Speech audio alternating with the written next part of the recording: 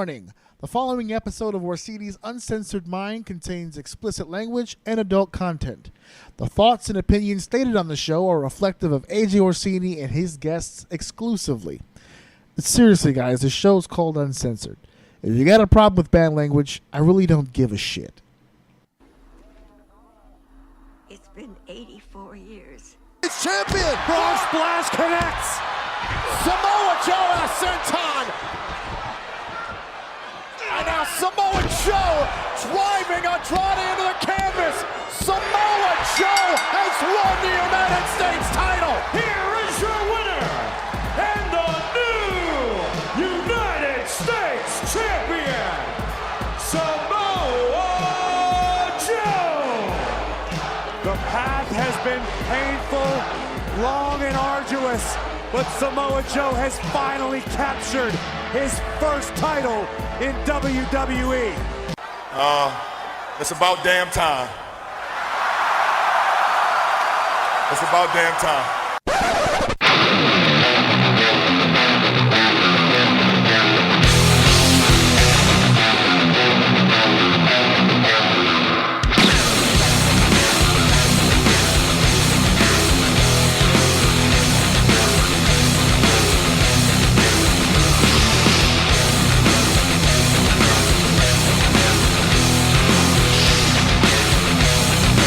Welcome to Orsini's Uncensored Mind, and now your host, AJ Orsini.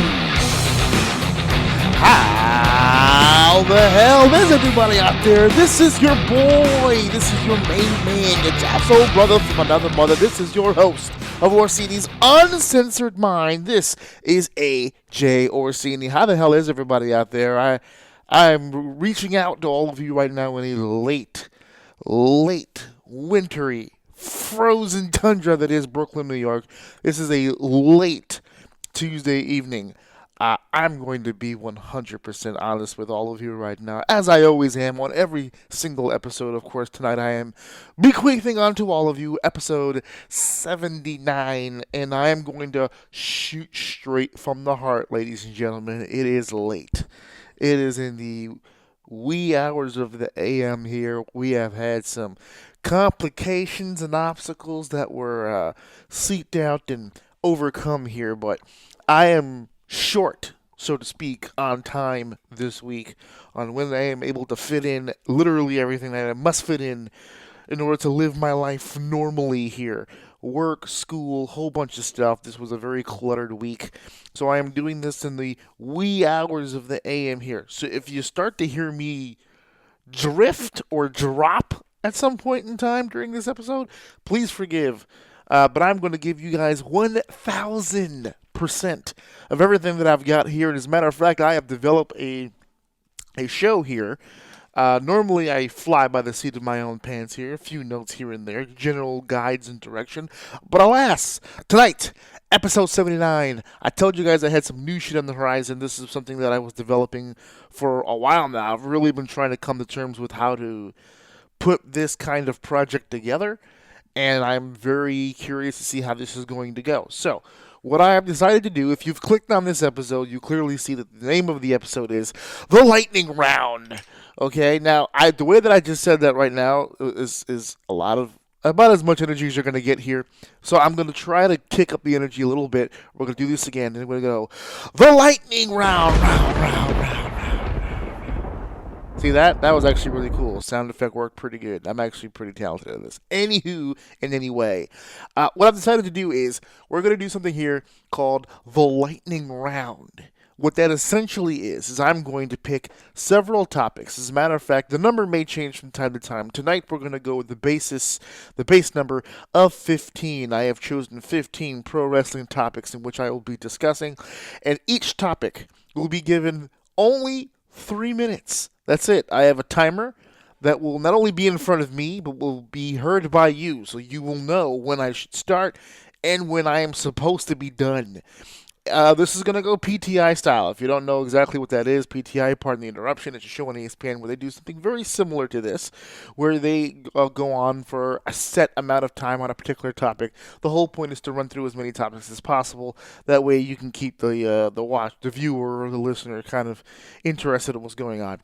I usually, when I do this show, I usually pick a few topics. I just go ham on it. This particular time, I wanted to challenge myself. What a time to challenge myself. When I originally thought of this idea, I had a lot more energy when I did it. Now, I am completely exhausted, both physically and emotionally, and I am about to do essentially 15 3-minute promos on topics that are rather fresh. So this is going to be the ultimate challenge for myself. I'm going to put myself on the spot. Even though I am not near my best right now, I'm going to give this sumbitch everything that I've got. So before we get into the lightning round, I just wanted to take a quick second to thank all of you for supporting the show for as long as you have. You know, I say this every time something huge happens, and I don't know if you've been following me on social media. If you haven't been following my social media, shame on you. Go follow. The links are all in the description there. But if you haven't been following the show, you hear this number a lot in my commercials. The number 15. And the reason why you hear the number 15 is because I have been listened to or downloaded in or streamed in 15 different countries. It's a number that I'm actually more proud of that number than I am the total downloads number, which I'm finding out now is all over the place because I'm on so many different streaming sites now that I'm only really getting the numbers from like one or two sources. I have to go to, I just finding out recently that I have to go to each different program or streaming site to really get more accurate numbers. So the number that I thought I was at is actually an even bigger number. So that's actually really cool. So thank you guys for supporting the show, for everything you guys have done for me. But you've been hearing the number 15 for forever. And when I got to 15 countries, I don't know, I got hyped with myself. It's a pretty good number. So I just kind of stopped paying attention to it. It's not like something that's on the Podbean dashboard. Like you have to kind of go looking for those kind of numbers in the statistics. I think there's like a section you can go to like really find out where your show's being heard and how it's being heard and yada yada. You know, it's really helpful when you want to nail down demographics and you want to do different things and utilize different strategies to try to get a bigger demographic listening to your show. So I haven't really been paying too much attention to the list of countries. But I did recently not pay attention. I did recently look at it or take a brief note as to where I was. I was curious, and I jumped up 5 more. So I posted those in a photo folder on the Orsini's Uncensored Mind Facebook page. If you go to the photo albums, you'll notice there's a photo album called The Countries of O. I put all the flags to all the countries that I've either, again, downloaded, listened to, or streamed my show, because it keeps stats of all that, so I know which countries are doing what. So there it is. I put it on there, so I want to take the time, if you're listening now.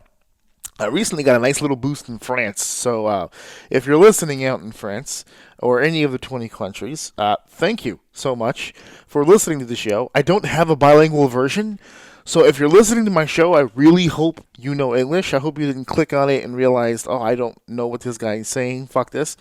I'm hoping that you guys have some background with English. I only speak English fluently, so I don't really have the option of going bilingual here.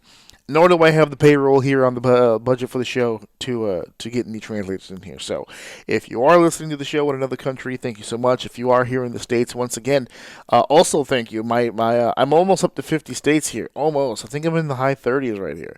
So, of course, the Northeast really supports me hard. This is where I'm from. I'm from New York. So, but I've gotten a lot of good numbers recently out in Utah, as a matter of fact. So, for all you guys out there, guys and gals, whoever downloaded the show out in Utah, totally want to thank you guys for that. If your name is Joey, was it Joey? I can't remember. Joey in Idaho. Apparently, I made a joke a while back about some people in Idaho, and my numbers have hurt in Idaho ever since. I don't know what it is. But if you're in Idaho and you want to listen to Orsini's Uncensored Mind, I love all you guys. If you don't listen to my show, then fuck you again. We're back to the fuck you part. But I'll try the I love you guys for now to see if I can get you back. If I don't get you back, then fuck you and the potatoes you rode in on, which I can only assume is your form of transportation in Idaho. At this point, it's just got to be predominantly potato everything. Potato tubs, potato houses, potato TVs. It's just potatoes, right? I don't even know why you guys have a license plate. It should just literally be made out of potato skins with random numbers and letters screwed on it.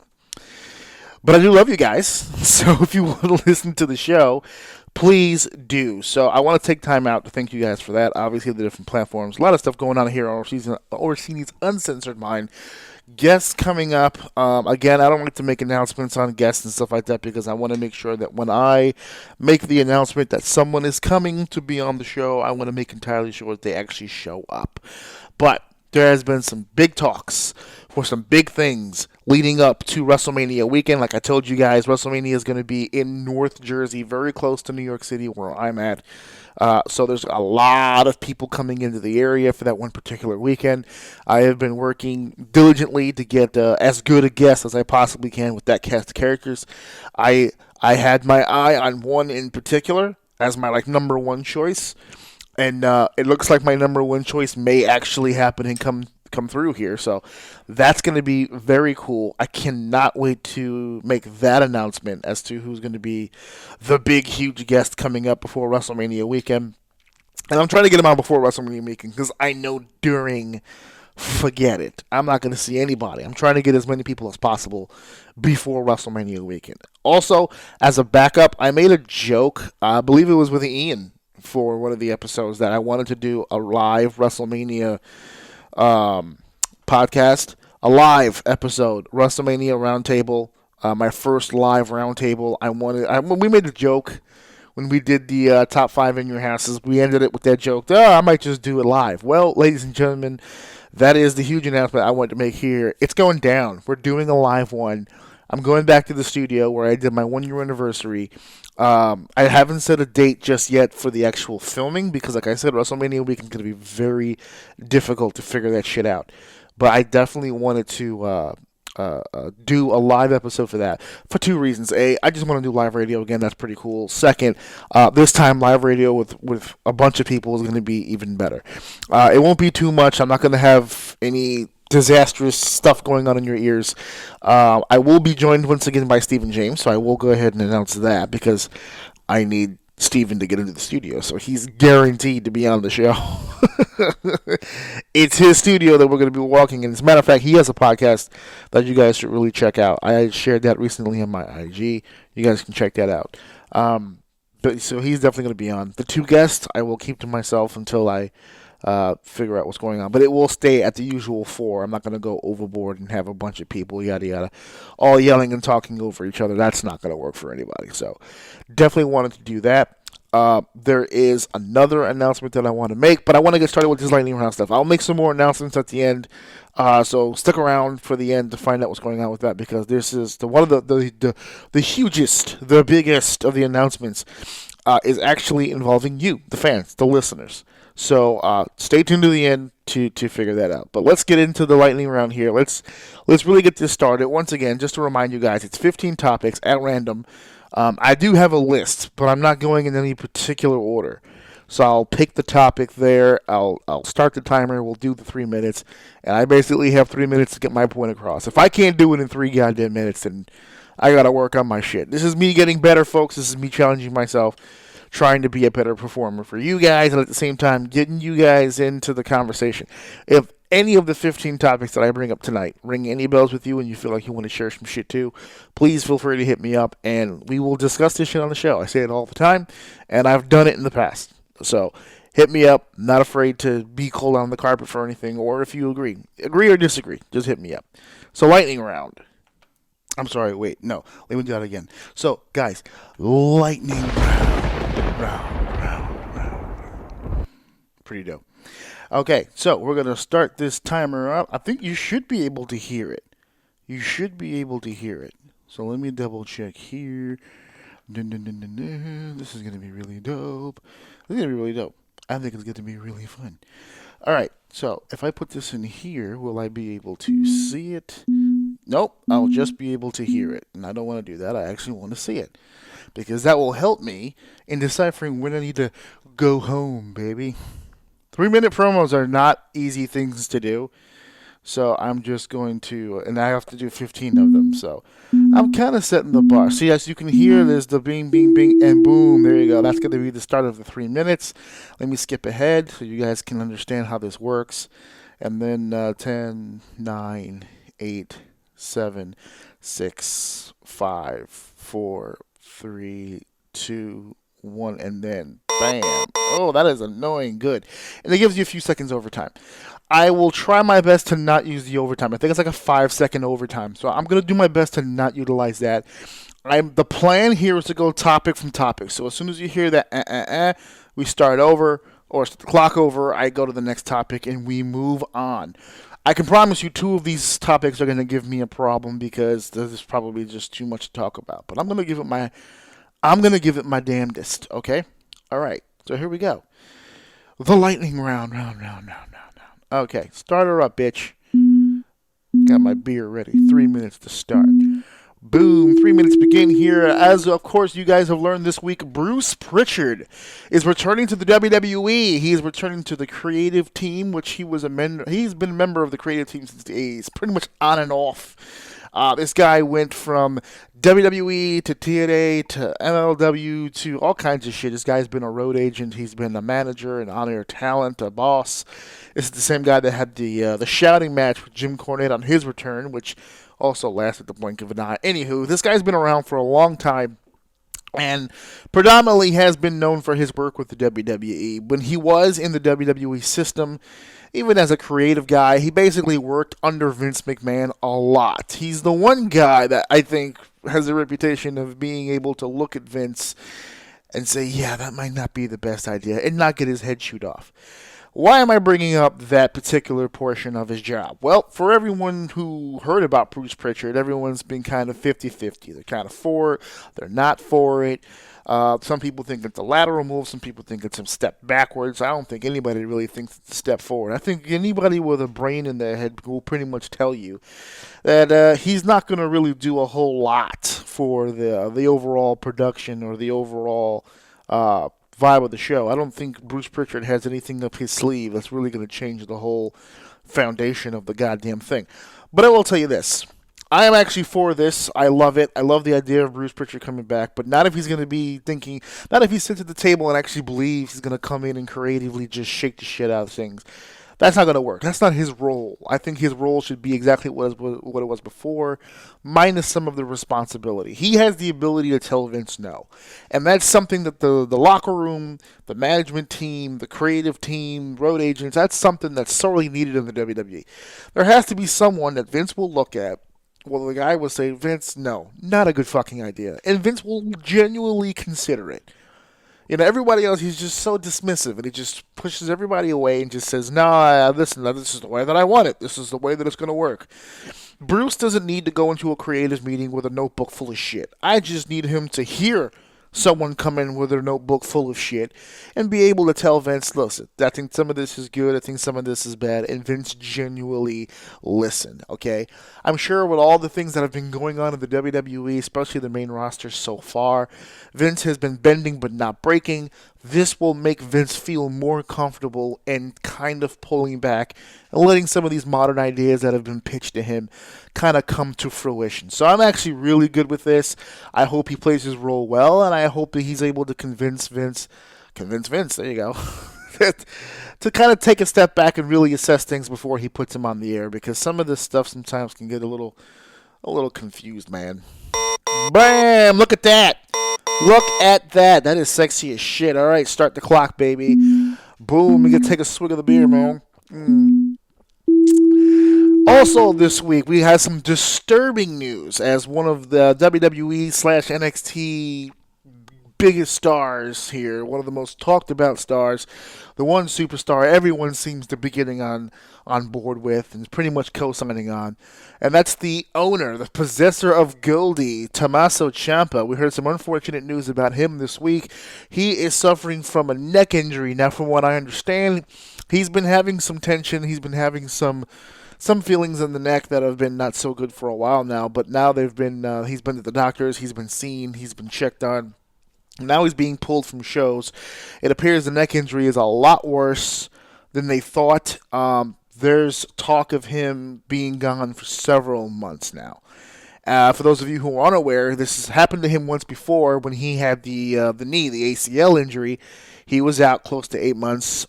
With that one, came back, which couldn't have been worse timing for him. They just did the heel turn. He heard, as a matter of fact, the match where he did the heel turn, the ladder match, He tears his ACL, so he does the heel turn. He comes out the next Wednesday, does a promo, and then disappears for 8 months, almost completely losing all momentum. Comes back. He's just so fucking talented. Him and Gargano get it back together again, and now they're riding high again. Now they got called to the main roster, and here we go again. Now this time the neck. If I'm a professional wrestler and I've dabbled myself and I've been in the business for forever, I will tell you this. I would actually rather the knee than the neck. You can work around a knee, as we'll talk about someone who did that a little later on here on the show. You can work around the damn knee, man, but a goddamn neck, there's so much wrong that can go with that. So we don't know the extent, we don't know the specifics. We do know he was scheduled to appear at a company called World League Wrestling. That appearance has been canceled. He's been replaced by Adam Cole, not a bad sub. I don't think Adam Cole would consider himself a sub, but it's not bad. There's other appearances, apparently non-wrestling-related ones as well, where he has been pulled from. They're really being cautious right now with him, and because he's still planning and he's still being cleared at least to wrestle at the TakeOver. He's going to defend the championship, as we all know, at the TakeOver. It's just a matter of who, when, and why. And when that comes down to it, hopefully he'll be safe enough in that matchup to not injure the neck even further, because that could be an even bigger problem. So he's going to take it easy. He's going to take a rest. He's going to put everything on the line. Basically, at TakeOver New York. After that, we'll have to see what goes on. He'll be reassessed. Hopefully, it's not as bad as we all think or we all hope. But so far, the rumors and the doctor reports are indicating that it may be a little worse than we all thought. So another unfortunate situation for Tommaso, and we are wishing him well.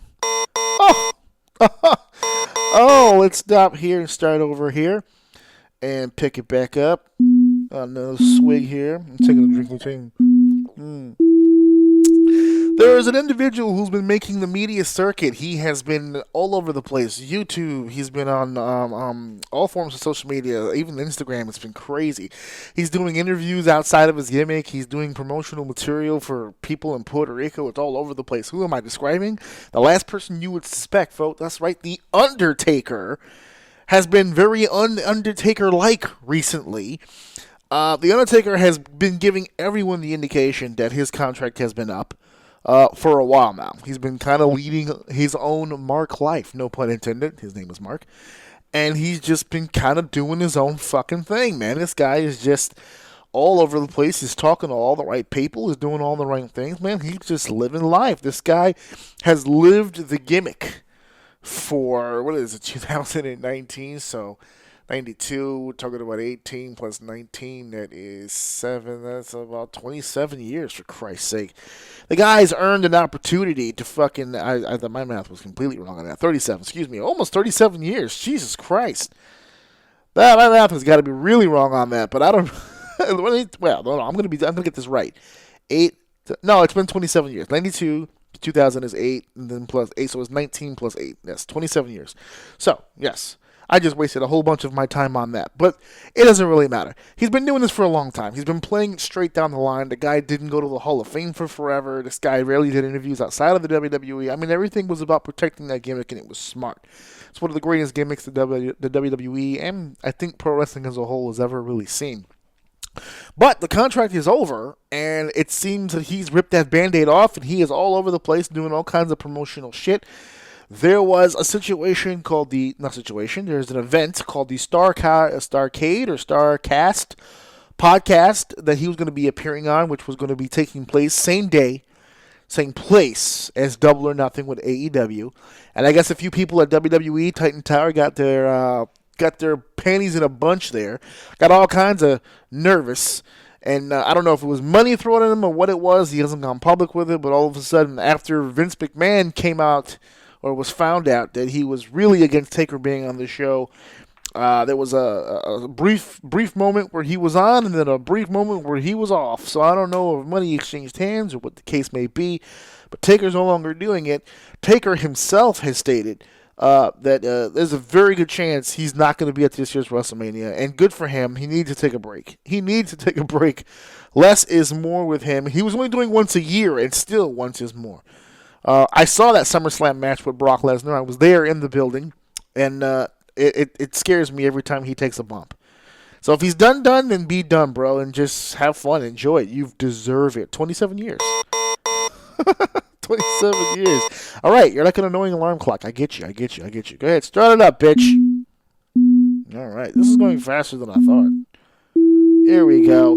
So, this year's slew of pay-per-views has been released by the WWE. A lot of changes have been made, not just on pay-per-views, but on pay-per-view locations. Apparently, Money in the Bank will be taken sooner in the year than people are predominantly used to. There's been some moving, there's been some shaking. One such move actually wasn't a change in venue or a change in name or anything. It was kind of an omission, actually. A lot of people have been noticing. Evolution was not on this year's schedule, and I'm trying to figure out why the fuck anybody thought it would be. At what point? Now, listen, folks, if you listen to the show, you know I was there. Not only was I there, baby, I bought the t-shirt. T-shirt's sitting in my closet right now, the Evolution t-shirt. Got myself an Evolution t-shirt. All the women's wrestlers on it. It looks nice. All right? The good color, good quality, all that good stuff.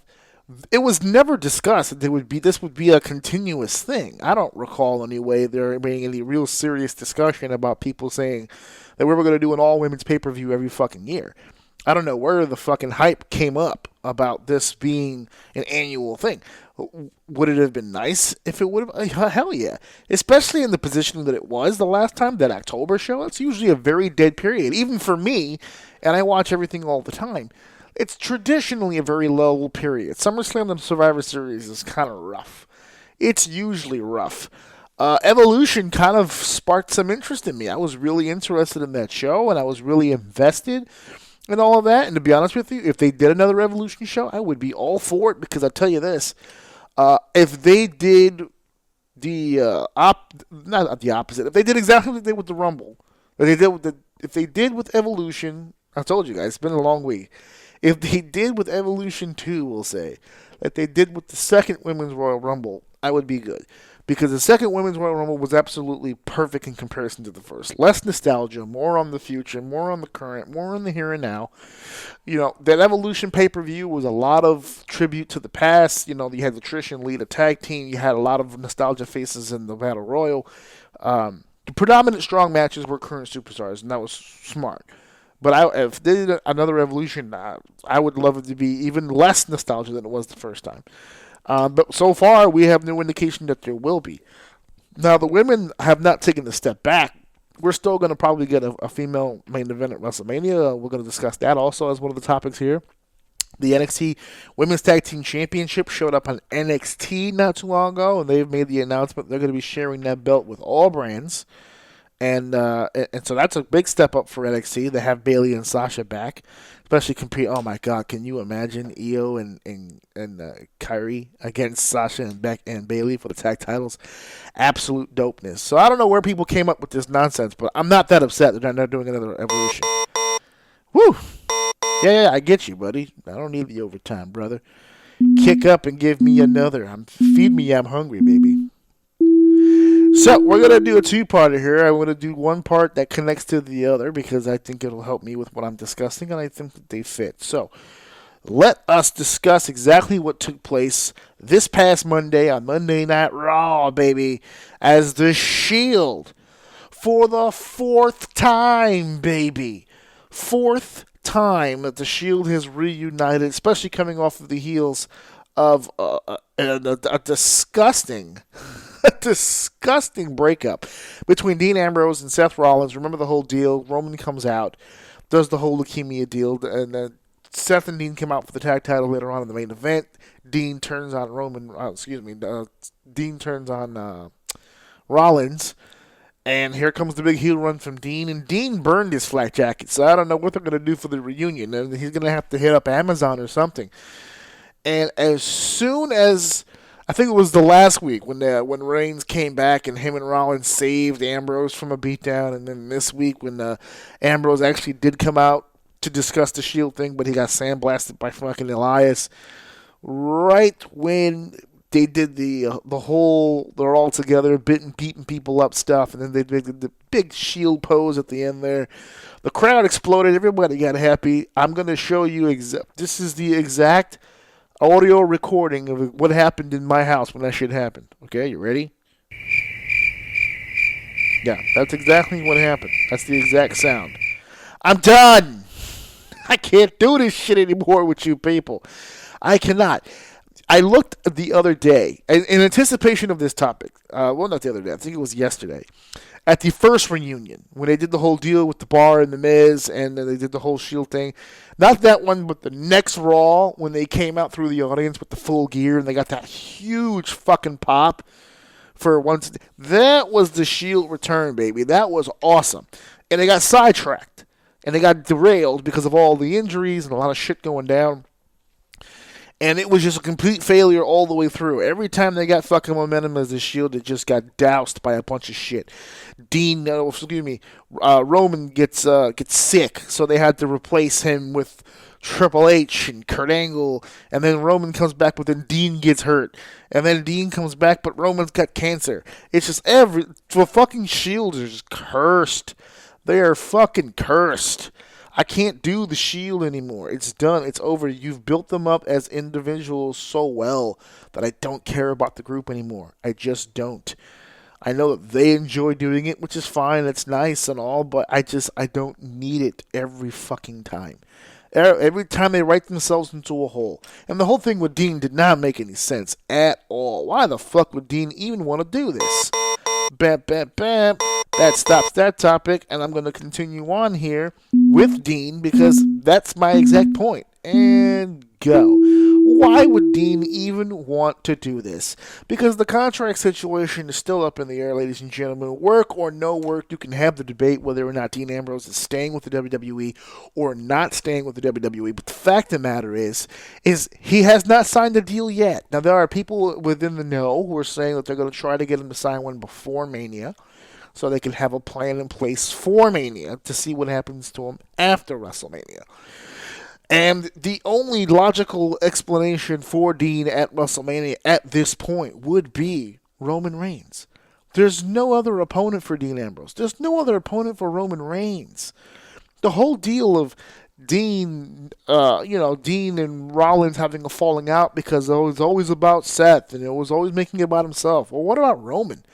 That should have been an easy fucking story to tell. And for all you people who were shitting on me, telling me that, oh, what a shitty time for Dean Ambrose to tell the whole world that he's sick of the Shield and he turns on his brother the day that Roman announces his leukemia and blah, blah, blah, blah, blah.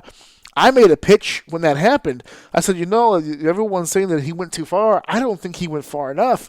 I would have dropped Rollins, and I said this on the episode. You can go back and listen to it. This is months ago, actually October.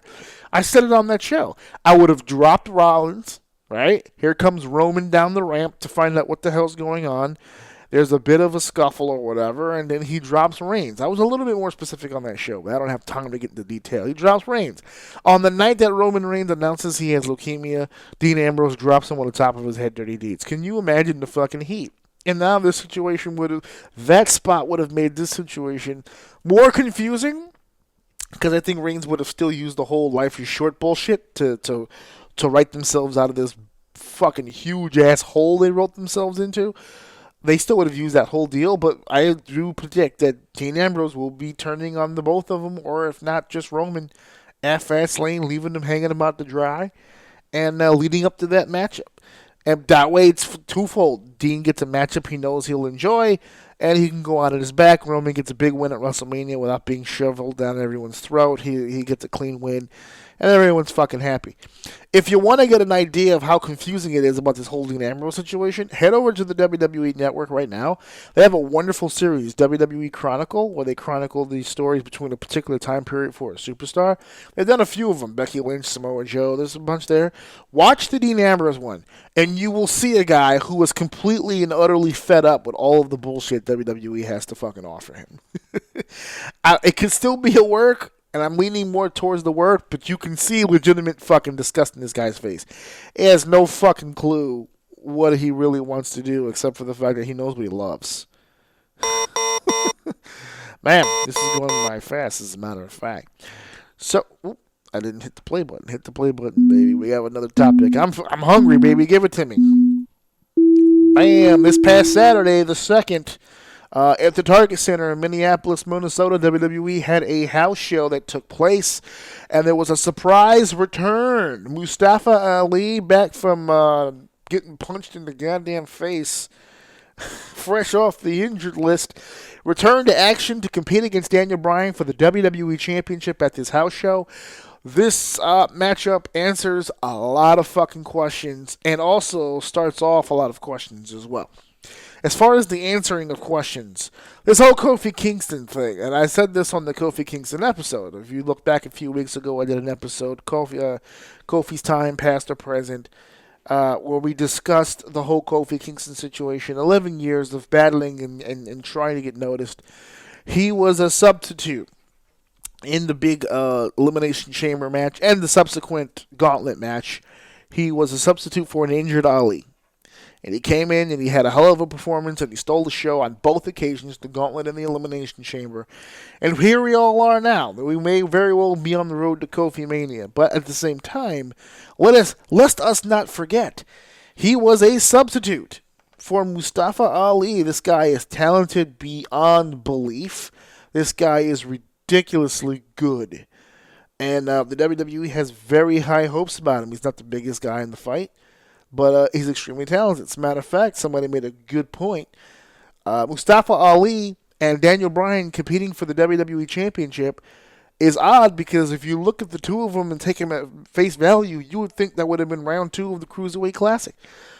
I think it was Lance Storm who wrote a tweet not too long ago where he thinks it's hilarious that the Cruiserweight Champion is actually bigger than both of these guys. Buddy Murphy is not legitimately a 205 guy. I've been saying this for weeks. He's clearly not 205. But he wrestles the style good. He's a hell of a base, and he gets the other guys over with his style, which is good, so it fits.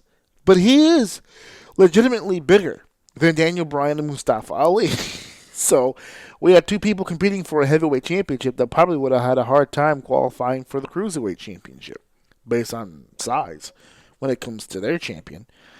So you have to start asking yourself the question, how much of this Kofi thing was really him and how much of this was just bad timing on an injury with Ali? Would we be sitting here talking Ali Mania right now?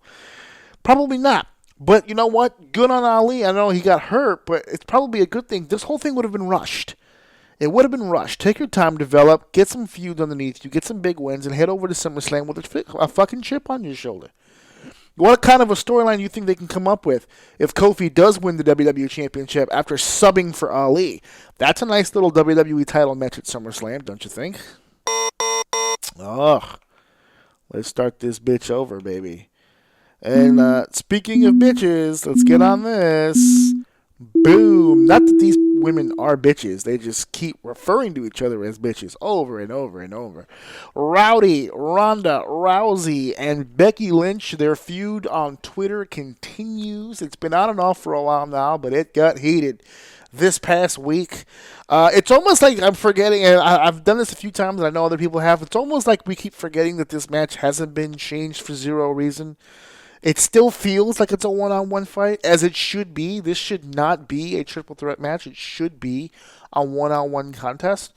And I really do feel that third person was added specifically for a just in case they don't want to beat Ronda, in case they don't want to put her in that position, someone to take the fall, a patsy, if you will. I think the Twitter feud is funny, but I don't fucking care about social media beef. I don't give a shit if the two people beefing have check marks on their fucking account or not. I don't need that shit on my Twitter feed. I need that shit on my TV. And we've been getting it recently somewhat to a fucking degree. It wasn't like she was calling Becky a bitch on television. Matter of fact, she did say bitch, but she was referring to herself. She wasn't even referring to Becky as a bitch. So the whole feud thing and the breaking kayfabe and listen Rebecca Quinn and all this other stuff, it's an attempt to dip back into what made Ronda not an appeal. I don't say attraction, that's too strong a word. There was an appeal to her in the first place, to her being in pro wrestling.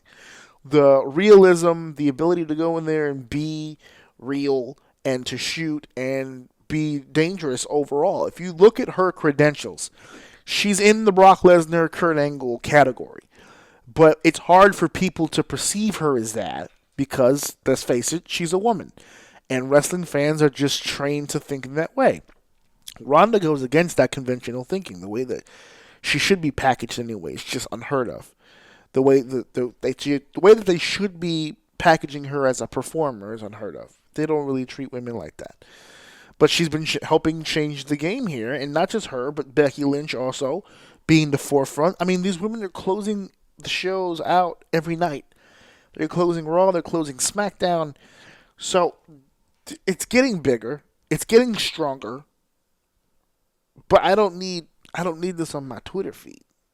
I know the 140 characters, the keyboard warrior bullshit that goes back and forth. I don't need it. There's enough of that shit going on already with all these other fucking people on the internet with nothing else to do with their fucking lives. I don't need my pro wrestlers doing it either. Every now and then, a couple jabs, some cheap shots, a couple pictures, maybe a funny meme, whatever. But a full feud, fuck that. All right, we're going to start this over again, and we're going to go from the women in the main event to the Hall of Fame, baby. We got to have this conversation. Bam. So we're starting off here. Hall of Fame discussions. Of course, the leading class for the WWE Hall of Fame, the leading act that will be headlining the WWE Hall of Fame this year, D-Generation X, and let's be specific, that would be Shawn Michaels, Triple H, X-Pac, Road Dogg, Badass Billy Gunn, and Chyna, who will be going into the WWE Hall of Fame. I don't know where people are getting these other names from, like Rick Rude and fucking Hornswoggle and Mike Tyson and all kinds of shit. No! We're not doing that. They're not going in. Okay? Let them get a... Rick Rude should be in, to be honest with you. A lot of people have been clamoring for Rick Rude for a long fucking time. But he don't need to get in with DX. Hornswoggle? Swoggle, baby, I'm sorry. Mike Tyson's already in, right? He was the first DX member to go into the WWE Hall of Fame. And, Billy Gunn, in my opinion, I think has more of a right to get in on his own than the rest of these folks. I mean, Triple H, obviously. Shawn's already in. Chyna. Oh, Lord, Chyna. Okay, let's just real quick. This is the main reason why I brought this up. So, DX isn't the only act going in. Honky Tonk Man is also in. Love him or hate him. There are a lot of people in the industry who would literally wipe their ass with Honky Tonk if he didn't put up such a damn fight. Love him, hate him, it's debatable, but he's going in, right? Then they announced Tori Wilson. And I want to explain the scenario before we get to Tori, because Chyna's going in with DX, and there's a lot of people online, obviously a big movement. Oh, Chyna should go in by herself, she shouldn't go in with the group, it's kind of a shame. She does Chyna, to me, has never really been a Hall of Famer. She contributed a lot with DX. If you want to put her in with DX, I'm all for that, because as a part of DX, that's where I remember most of her shit. Now, a lot of people will start rattling off stats for some reason when they start talking about Chyna going to the Hall of Fame. First ever female Intercontinental Champion. First ever female to be in the Royal Rumble. First female to do this. First female to do that. So, the overall feel or vibe I'm getting is that Chyna should be in simply because she was first. By default. Right? She was first, so she should get in. If that's what you're saying, I co-sign. Because, yes, she should be awarded and acknowledged for that. Because she was first. But let's not try to act like she was first. Or like she wasn't first because she was 6 foot whatever, 200 and something pounds, for Christ's sake. She's the first Intercontinental Champion and she's the last. Okay, there's a reason for that.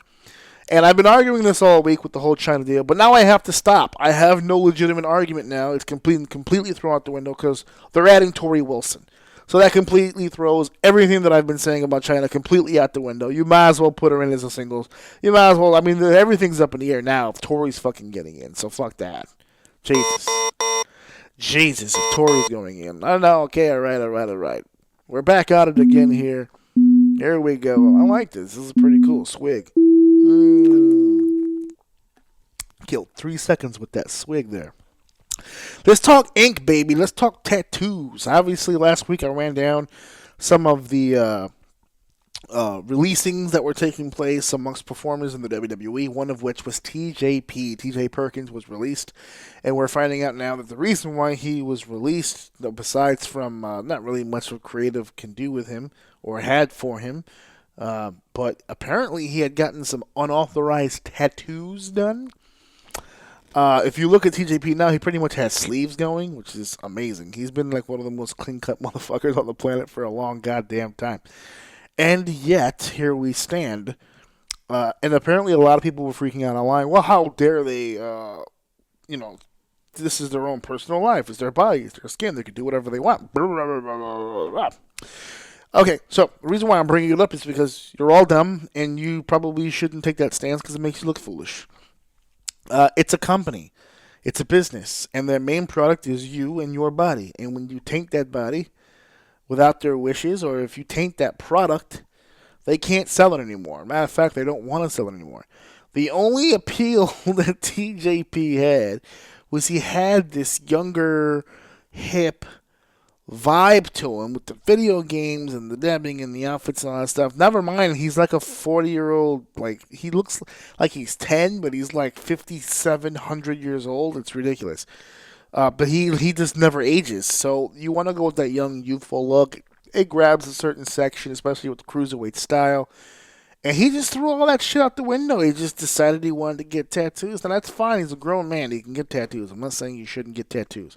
What I'm saying is that you shouldn't be confused when your profession, whose job with you or relationship with you is to parade you around like a dummy with strings on and fit a particular mold and or / character that they are trying to promote to the masses. When you go against that without anyone knowing about it, it's damaging to the image. You completely just destroyed everything that they were trying to build with you. And that's not just the WWE, that's everywhere. I've been to jobs, for instance, everyone knows this by now. I used to work security at Yankee Stadium. They had a hair rule at Yankee Stadium. You couldn't have your hair past a certain length. You couldn't have visible tattoos. And to the point where I knew coworkers who had full sleeves. So they had to go out, those little basketball sleeves that you wear for sports and stuff. Like they had to get like a flesh-colored one. So it kind of matches the skin tone a little bit. It covers up and it doesn't cover it up 100%, but it covered it up enough. And businesses have these rules. It's all about presentation, guys. You have to keep it in mind, man. Keep it in mind. Keep it in mind. That's all I'm saying. Over time, I get you. We're going to start this off as soon as this thing got This is one of the ones that I'm going to struggle with because it's going to be hard. So, I put up a post on Facebook the other day and pretty much said, what the fuck are they doing with Aleister Black? Because my problem with Aleister Black is everyone was asking me, well, what's the big issue? What are they doing? A, he's talking. Why the fuck are you talking? B, he's tagging with Ricochet. What the fuck are we doing with him in a tag team? Right off the bat, you've killed all mystique and all opportunity to give him any mystique. But that's Aleister Black, right? That's the situation we're going on.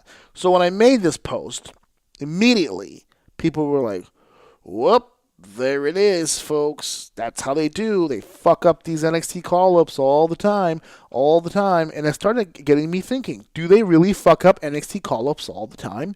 So I decided to make a list. So I got like 2 minutes left. Let's go through this fucking list real quick. Now, this is a list of every call-up from NXT all the way down. No, not all of them, apparently. This one here only stops till about 2017. So it's not completely up to date. The last one they have on here, as a matter of fact, is Bobby Roode. But there's definitely enough content here to really see if any of this has any weight. So let's start at the top of the list here, because now I'm down almost a minute and a half here. It names a bunch of people: Dean Ambrose, Seth Rollins, Roman Reigns, Big E, Fandango, Summer Rae, Curtis Axel, Bray Wyatt, Luke Harper, Eric Rowan, and Xavier Woods. Those are all considered NXT. I will not consider them NXT. I will not include them in this. They're mainly FCW guys. By the time they went to NXT, they were kind of already in the position to do some stuff. So, Emma, Paige, Rusev, well, let's start here. Emma, okay, that failed. Paige, yeah, did well. Actually, I was going to keep track. I don't have time anymore. But here we go. Let's just run through it. Emma ended up not working out. Paige, yes. Rusev, I can make an argument it went pretty well. Could have been better, yeah. Same thing with Lana, it could be better. Adam Rose, failure. Bo Dallas, failure. Connor and Victor. To me, still the biggest fuck up was Connor and Victor. Kalisto's doing a run night. Neville's gone. Kevin Owens, yes. Sasha, yes. Charlotte, yes. Becky, yes. Braun, yes. Tyler, no. Sammy, yes. Eva's gone. Baron, yes, in spite of the fact that we don't like him, he's been successful. Enzo, no. Big Cass, no. Apollo Crews, kind of in the middle still. Aiden English, yes. I mean, no. Did not go over well. Gotch gone. Dana Brooke, in the middle. Mojo, in the middle. Nia, yeah, huge success. Finn Balor, yes. Alexa Bliss, yes. Carmella, yes. Jason Jordan got hurt, but it would have been a yes. Gable, no. Bailey, yes. Rich Swann, gone. Aries, gone. Joe, yes. Dawson, yes. Wilder, yes. Dillinger, gone. Shinsuke, yes. Bobby, yes. So obviously don't fuck them all up.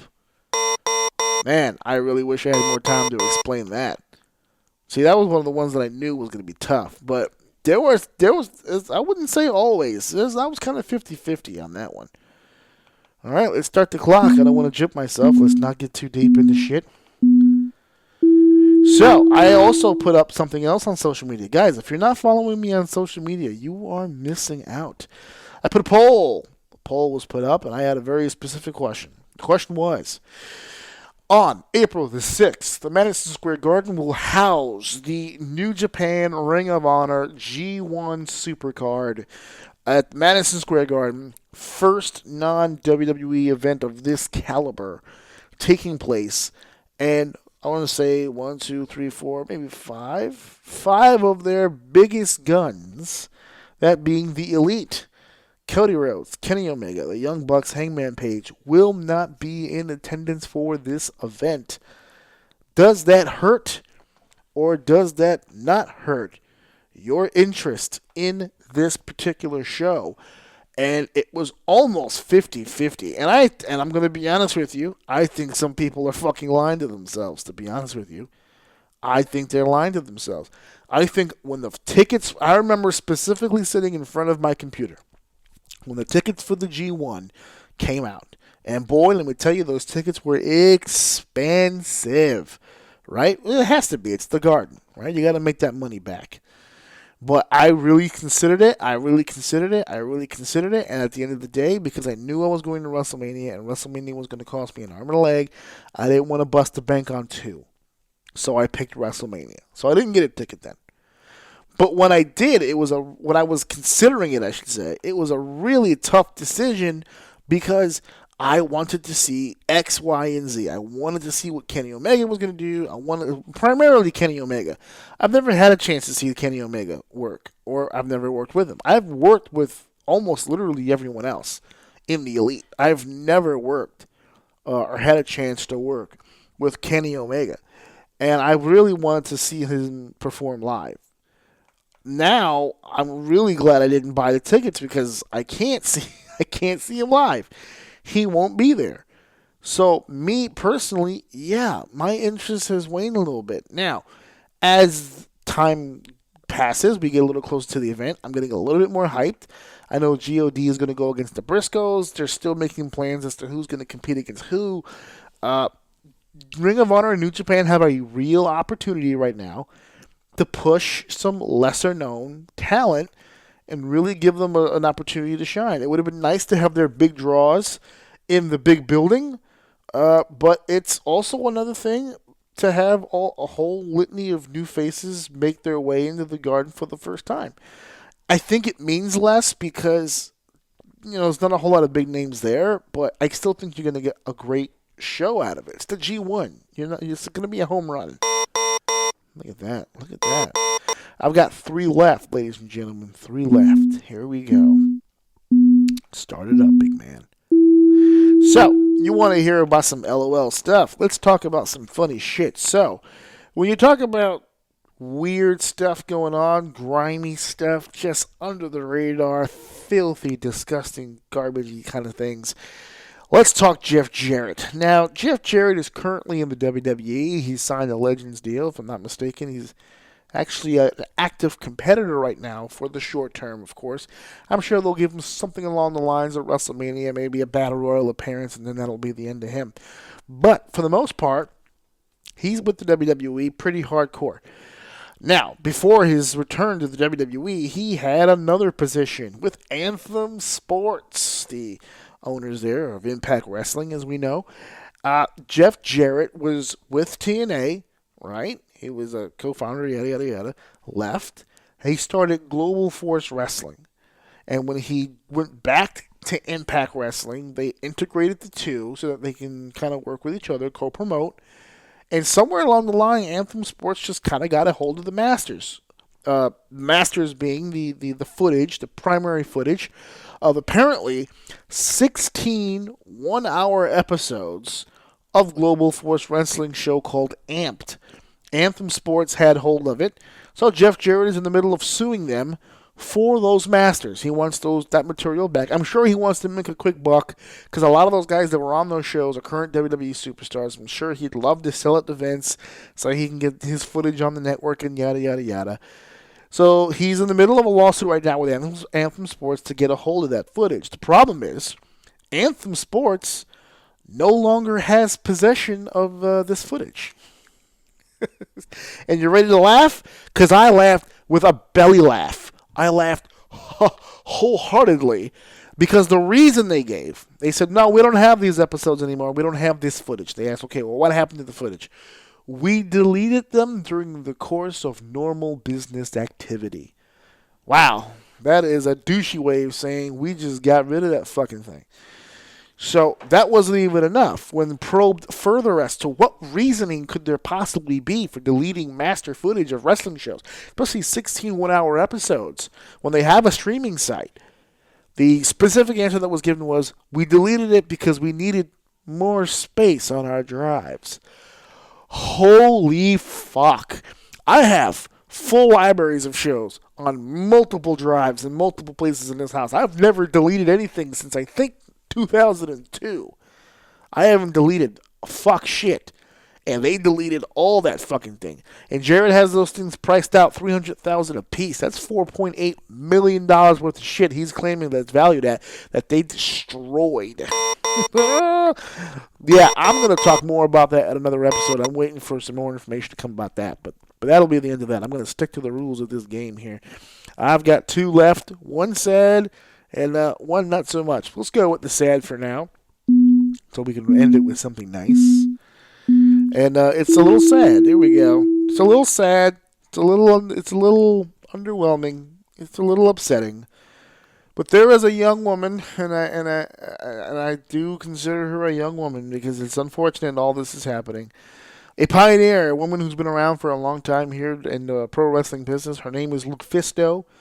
And she has been through some trials and tribulations, my friend, back in 2018, or a little bit more than a year ago.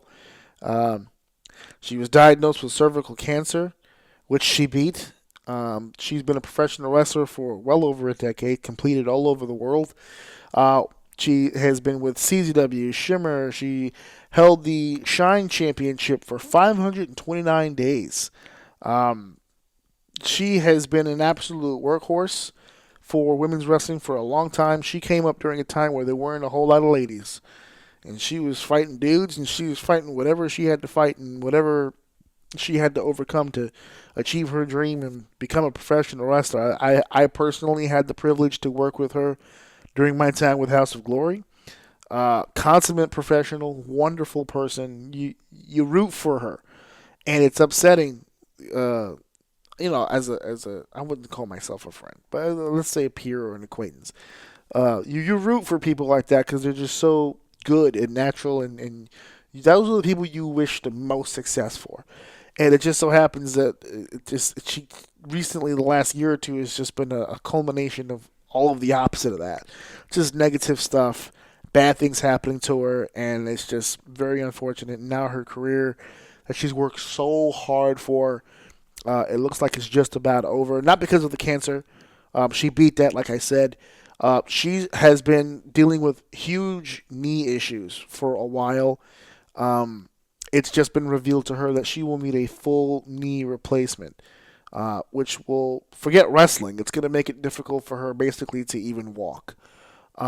It's that bad, the deterioration of the knee. Apparently she's had knee injuries in the past where she's ignored it, and she's basically been operating in the ring and in life in general with no MCL or ACL tendons in the knee in question. I can't imagine wrestling with almost literally no knee, essentially, just bone on bone. But she's been doing that for a while now, and it's caught up to her. She's having an inability to really get around. It's causing a lot of pain, so the surgery cannot be put off. She's already canceled bookings, but at the same time, some things are more important. And I only have a few seconds left here, but I wish Lufisto well, and I hope she recovers, and I hope she can get a good quality of life there because she's earned it. She really has. Even if she doesn't get back in the ring, I just need her walking again and doing stuff. That would be dope. All right.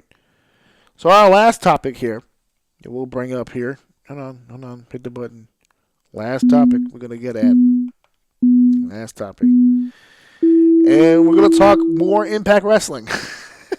More Impact Wrestling here. But the good stuff, because what Impact is doing right now is very interesting. It's very interesting what Impact is doing right now. One of the big headlines over the past week, Impact working very heavily with MLW, Major League Wrestling. If you haven't heard of them, brand new company, but they're doing a lot of great stuff. Full shows available to you on YouTube channel for MLW. Tony Schiavone at the chair calling matches. That's huge. Low key, former champion now, I believe. He just recently lost it. But I think he was the inaugural champion, whatever it was. Major League Wrestling is doing some big things, and Impact Wrestling is trying to do the same. So they've been kind of working together. But the reason why I'm bringing this up isn't just these two. Impact Wrestling actually has had agreements in the past with AAA, Lucha Underground, Border City Wrestling, Destiny. There's a lot of companies. Rockstar Pro I know about. They just recently did something with PPW here in the Northeast. The days of Impact kind of trying to be like the WWE, keep to itself, keep to exclusivity, seems to be way gone, and they're not the only ones. Lucha Underground has done stuff with other promotions in the past. Pretty much all of the companies in the UK pretty much coexist with one another in some level or another. Even the WWE, to a degree, having working agreements, working with Ring of Honor in terms of footage, and because they have a lot of former Ring of Honor and TNA stars. So, I mean, you got working agreements with GFW GFW, right? Go Fight Now, GFN, Go Fight Network, to showcase TNA footage, to promote their performers. The same thing with Ring of Honor footage. I don't know how much Kerry Silkin's getting off the top on those things, but we're living in a world now where it just seems everybody has access to each other. I grew up in an era where companies were kind of separate. You didn't get a whole lot of blending, which led to a lot of dream matches, because what would happen is that you'd have a guy with one company for so long, and then all of a sudden you'd wake up and the next day he'd be somewhere else, and now you have a whole new fresh lineup of opponents for him and all this stuff. Now it just seems like everything's blending together. I'm living in a world now where it just seems like it's okay. Look, we just talked earlier about Tommaso Ciampa not making an appearance at a third-party wrestling company. I would have never expected that 5 years ago, 10 years ago. We're living in a different time period right now where it just seems like wrestling is, I don't want to say struggling, but it's getting to a point where they kind of feel the need to band together and make this whole business thing work. And I'm kind of happy about that. I like the idea of all these different companies working together. It's more money for the pot, more money in the boys' pocket. Wrestling getting more exposure. We're doing YouTube, we're doing Twitch, we're doing our own streaming networks. We've got broadcast television coming up for Fox. I mean, wrestling's getting a resurgence. It's becoming different. So that's that. That is that. Those are my 15 topics. Woo! Wow. That was very interesting. Really made the whole damn thing fly right by, didn't it? Man, Jesus Christ. Listen, let me pull this back up again right here just so I can say that, ladies and gentlemen, was the lightning round. Lightning round. Yes. So that was the lightning round. Jesus Christ. That was actually pretty fun. I might do that again soon, actually, if I can get more topics like this to go around. If you guys have any suggestions you want me, because it doesn't have to be current. If you guys want me to talk about some old shit or some different shit, whatever, it doesn't even have to be wrestling either. You can just give me topics in general. If you guys want to throw topics at me for the lightning round, I might do the lightning round for some guests too. That would be very interesting. I would love to see their faces with that clock and just let them go for just 3 minutes just to see what they would do. Oh, man. I felt the pressure at first, and then I don't know if you could tell by like the third or fourth one, baby, I was in a rhythm. I was in a rhythm. I just started cooking, brother. So yeah, so that's the lightning round. That was a very fun thing. I gotta do some more of that. Anyway, another announcement I wanted to make before we get off the air here, because I just wanted to share some things. I have some new sponsorship coming. And so if you want to be a part of that, if you have something that you would love to have promoted here on the show and you're interested in being a sponsor, it's cheap. It's cheap. I'm not busting anybody's balls about that. I mean, it is dirt cheap. Dirt cheap, and you get to be on the podcast for like weeks. Before, when I used to do them, I was doing them like 4 weeks, like 4 shows in a row. I was doing monthly stuff before. And I'm going to do it again. I'm just waiting for I was told the person in particular who I'm doing the sponsorship deal to wait till we get a little closer to WrestleMania weekend and stuff. So we're holding out, but there's going to be some stuff coming down the pike. So if you're interested in doing that, if you have something you'd like promoted on the show, you can hit me up to my email, ajorsini96host@gmail.com. You can message the show or myself on Facebook. You can do that. There are many, many different options. Also, one final announcement. The live WrestleMania show. So here's the deal with that. Here's the deal that I have with the live WrestleMania show. I have 2 spots technically available. I have myself, obviously. I have Stephen James, who kind of has to be there, but I love having him on anyway. I don't want him to feel like he's a secondary thing here. He's important to the show as well. Which leaves 2 spots. Now, I have one spot in particular that I know that I want to use for a particular somebody, but I was toying with the idea of what to do with the 4th, because I keep telling people I want new voices. I want new voices on the show. I want different opinions. I want people to freshen this whole thing up. So one of the ideas that I came up with was to not pick a friend. I have my friends on the show a lot, pretty much all, with the exception of a few guests, but even the guests to a degree are, if not friends, definitely acquaintances and peers that I'm close with. My idea now was to do something completely against what I would normally do, which is you. I wanted to offer you guys an opportunity to be the 4th man at the table here, or a woman. It all depends. So what I'm going to do is I'm going to shoot a nice little video for you guys and give you all the information that I'm going to give you right now, the information, but I'm going to reiterate this information in the video in case people miss it. But I want to make the announcement here on the show that I am interested in doing one of the fans for the 4th spot. It'll be live. So if you're going to be nervous about that kind of thing, this probably isn't the contest for you. But if you want to get into a room with a bunch of people talking wrestling, talking WrestleMania, because that's going to be the topic matter, folks. It's going to be talking about WrestleMania. If it's 2 hours. And the studio is in North Jersey. So if you can make that, it's got to be in person. Don't enter the contest and then tell me that you're looking for the Skype phone number, because you're not going to get one. You need to get to the place in question. I will give you that information once chosen, and we can work that out. As far as transportation, how you're going to get there, yada, yada, yada. We'll figure all that stuff out.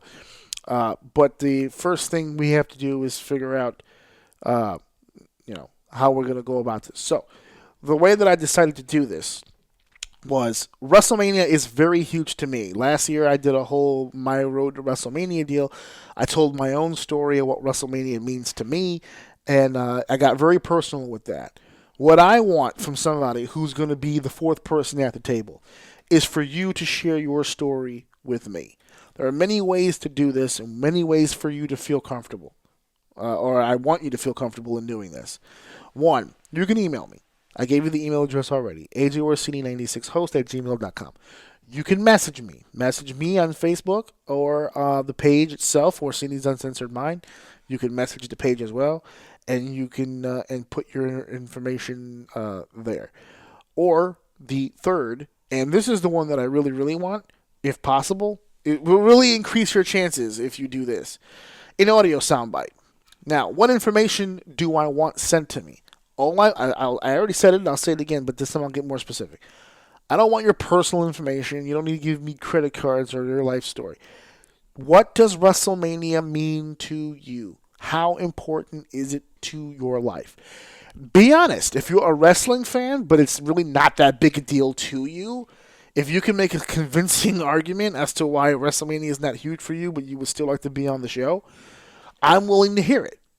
I am willing to hear it. Not being a huge fan of WrestleMania will not disqualify you from the conversation. But you got to be a real wrestling fan, and I need to hear it. the the soundbite. If you want to do the soundbite, which I really would prefer because I would love to use the audio for it. It doesn't have to be huge. Like, it doesn't have to be long. It's the same thing with the message. You don't have to give me 8 paragraphs. It's not a thesis. You don't have to write an essay. Just give me a roundabout reason as to why WrestleMania is important to you and what it means to you. That's it. And the most convincing story that I get, I will pick that person and you will be the 4th person on the panel. If we get close to the date, which I'll announce soon, hopefully. I have to get that date figured out from the studio. But when I announce the date, if it's a date you cannot make, do not enter. If it's a location you cannot get to, do not enter. Please only enter this contest if you're able to actually physically do it. If you're not able to physically do it, then you're wasting everybody's time. So, that's the deal. There's going to be a contest. Again, I'll go into all these specifics in a separate video. There's some other stuff too, but I'm pretty much done with this episode because I am exhausted. And it is even later than I anticipated. So, thank you for listening. Thank you for downloading. Thank you for sharing. And of course, thank you for enjoying the lightning round. It doesn't feel right. Hold on, let me do that again. The lightning round. The audio still stopped and it was still going. Oh, Jesus. All right. Good night. Welcome to our daddy show. This is Ocean Senses Mine. If you listen to my daddy show, he should buy me toys. He's a good daddy.